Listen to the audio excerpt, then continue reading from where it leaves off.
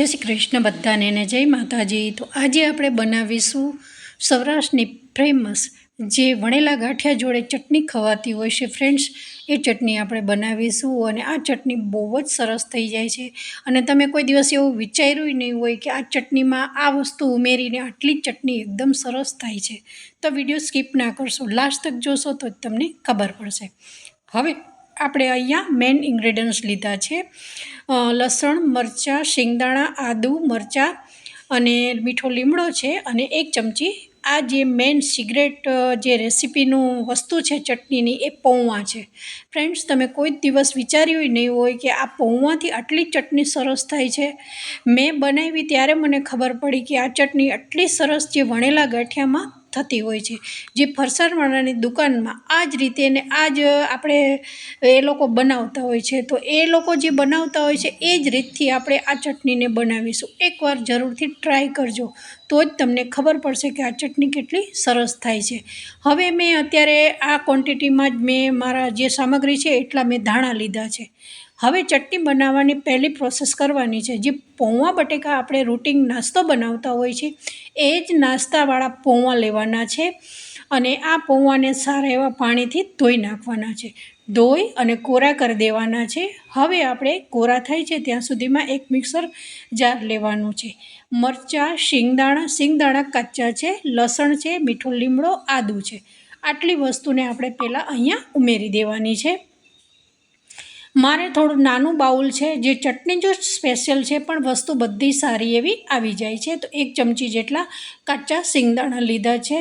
જે રીતે વણેલા ગાંઠિયા હોય છે અને એમાં આ ચટણી મળતી હોય છે ફ્રેન્ડ્સ, તો આપણે બજારમાંથી કેવું કે ગાંઠિયા ફરસાણવાળાની દુકાનેથી આ બધી વસ્તુ લાવતા હોય છે, તો એમાં એક પોલિથીનમાં ભરીને આ ચટણી આપતા હોય છે અને એ ચટણી આપણે હોંશે હોંશે ખાતા બી હોઈએ છીએ, પણ આપણને એ ખબર નહીં હોતી કે આ ચટણી પૌવામાંથી બનતી હોય છે ફ્રેન્ડ્સ। મને તો મેં આ જ્યારે શીખીને ચટણી ત્યારે ખબર પડી કે આ રીતે પૌવામાંથી બી ચટણી બનતી હોય છે। તો જરૂરથી વિડીયોને સ્કીપ કર્યા વગર લાસ્ટ તક જોશો ને તો જ તમને ખબર પડશે। હવે બધી વસ્તુ ઉમેર્યા પછી આપણે આ ધોયેલા પૌવા તમે જોઈ શકો છો કે મારા જે પૌવા છે એકદમ કોરા થઈ ગયા છે, તો કોરા થઈ ગયા પછી પૌવાને બી અહીંયા મિક્સરમાં ક્રશ કરી દેવાના છે। બધી વસ્તુ ધાણા નાખી દીધા અને ધાણા બી સારા એવા ધોઈ અને કોરા કરેલા છે ફ્રેન્ડ્સ। બધી વસ્તુ સારી એવી ધોઈ કોરી કરી અને પછી જ લેવાની છે, કારણ કે અત્યારે થોડો ચોમાસાની સિઝન છે, તો કેવું હોય છે કે આપણને માંદગી બી વધારે થતી હોય છે અને બીજી વસ્તુ કે બહુ માટીનો ભાગ હોય છે એમાં। તો હવે આપણે આને પીસી લઈશું પૌવા સાથે જ। તો તમે જોઈ શકો છો કે પૌવા સાથે જ એકદમ દરદરી આપણી ચટણી તૈયાર થઈ ગઈ છે। આ ચટણી તમે સ્ટોર 1 અઠવાડિયા સુધી કરી શકો છો ફ્રેન્ડ્સ। આમાં પાણી નાખેલું છે, પણ બાઉલ ભરીને તમે આ ચટણી ખાશો ને તો બહુ જ સરસ લાગે છે, કારણ કે જો તમારે ઉકાળવાની ના હોય તો તમે સીધી બી આ રીતે ફ્રેશ એકદમ જે બધા જે વસ્તુ ઉમેરી છે એનો ફ્રેશ ટેસ્ટ લઈ શકો છો। અને જો વધારે પડતું તમારે અઠવાડિયા સુધી સાચવવી હોય તો તમે અહીંયા પાણી નાખી અને આ રીતે ઉકાળીને બી બનાવી શકો છો। તો હવે તમે જોઈ શકો છો થોડું મેં લગભગ 1 ચમચી 2 ચમચી જેટલું પાણી ઉમેરી અને હવે આપણે તેલ નાખ્યા વગર જ ચટણીને આ રીતે ઉકાળવાની છે, કારણ કે પૌવા કાચા છે, લીલા મરચાં કાચા છે।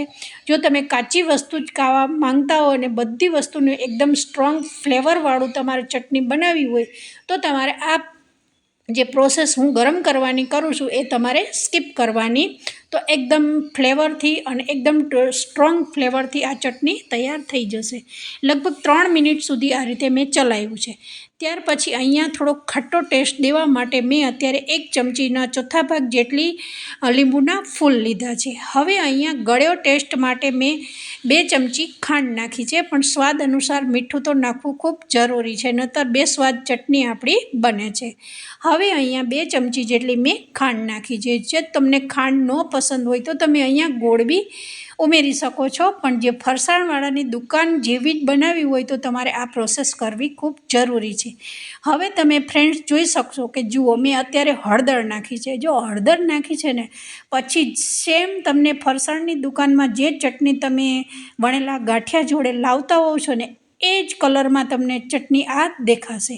હવે અહીંયા ચટણી કેવી તમારે થીક રાખવી છે, કેટલી લિક્વિડ ફોર્મમાં રાખવી છે એ તમારા ઉપર ડિપેન્ડ છે. તમે કેવી રીતે ચટણીને બહુ વધારે લિક્વિડ ફોર્મમાં ખાતા હો, થોડી ઢીલી ખાતા હો, તો તમારે અહીંયા પાણી વધારે ઉમેરવું છે. કારણ કે અહીંયા આપણે પૌવા નાખ્યા છે, તો પૌવા છે એ વધારે થિકનેસ મતલબ કે ગાળું કરી દેશે, એકદમ ઘાટું થઈ જશે.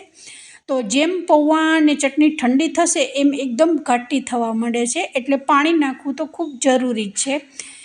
જો તમે એકદમ, મેં પહેલાં જ કીધું કે ડ્રાય બનાવી હોય તો તમારે શું કરવાનું, એકદમ ઉકાળવાની કંઈ જરૂર નથી. એકદમ તમે પીસી લો પછી જ તમે સર્વ કરી શકો છો. તો તમે જોઈ શકો છો બજારમાં મળતી વણેલા ગાંઠિયા, જે ફરસાણવાળાની દુકાને આ ચટણી બહુ જ ફેમસ હોય છે અને આપણે હોંશે હોંશે લાવી અને ઘરે ખાતા હોય છીએ, પણ લાવેલું તમે ભૂલી જશો એવી આ ચટણી ઘરે તૈયાર થઈ જતી હોય છે. તો મેં આટલી થિકનેસ રાખી છે ચટણીની. હવે આપણે ચટણીને સર્વ કરીશું. તો તમે જોઈ શકો છો બસ આ ટાઈપની આપણી ચટણી તૈયાર થઈ ગઈ છે. તો વિડીયો પસંદ આવે તો જરૂરથી એક લાઈક કરજો. વધારે વિડીયો પસંદ આવી જાય તો વિધિ કિચનને સબસ્ક્રાઈબ કરી દેજો. અને મારી ચેનલ ઉપર તો મેં ઘણી બધી ચટણીની બી રેસીપી બધી જ તમારા જોડે શેર કરેલી છે. તો એકદમ સરસ જે ફરસાણવાળાની દુકાને બનતી આ ચટણી વણેલા ગાંઠિયાની જે ફેમસ સૌરાષ્ટ્રની છે એ તૈયાર થઈ ગઈ છે. અને ઉપરથી થોડા ધાણાથી ગાર્નિશ કરી છે. તો તમે વણેલા ગાંઠિયા ઘરે બનાવતા હો તો આગલે દી ચટણી બનાવીને મૂકી દેવાની છે, અને કોઈ પણ તમે રેસીપીમાં આ ચટણીને ખાઈ શકો છો. એવું નથી કે તમે વણેલા ગાંઠિયા જોડે જ આ ચટણીને ખાઈ શકો છો. જો ભાણામાં બી તમે આ ચટણીને ઉપયોગ કરી શકો છો. અને આ મેં નાસ્તો સોજીનો બોલ્સ બનાવ્યા છે, જે મારે શોર્ટ વિડીયો બનાવવાનો હતો, તો મેં એનો ઉપયોગ અત્યારે અહીંયા તમને મિનિંગ બતાવ્યું છે કે જુઓ આ રીતે નાસ્તો બનાવ્યો હોય ને તો એમાં બી તમે ચટણી ખાઈ શકો છો. તો બધાને જય શ્રી કૃષ્ણ.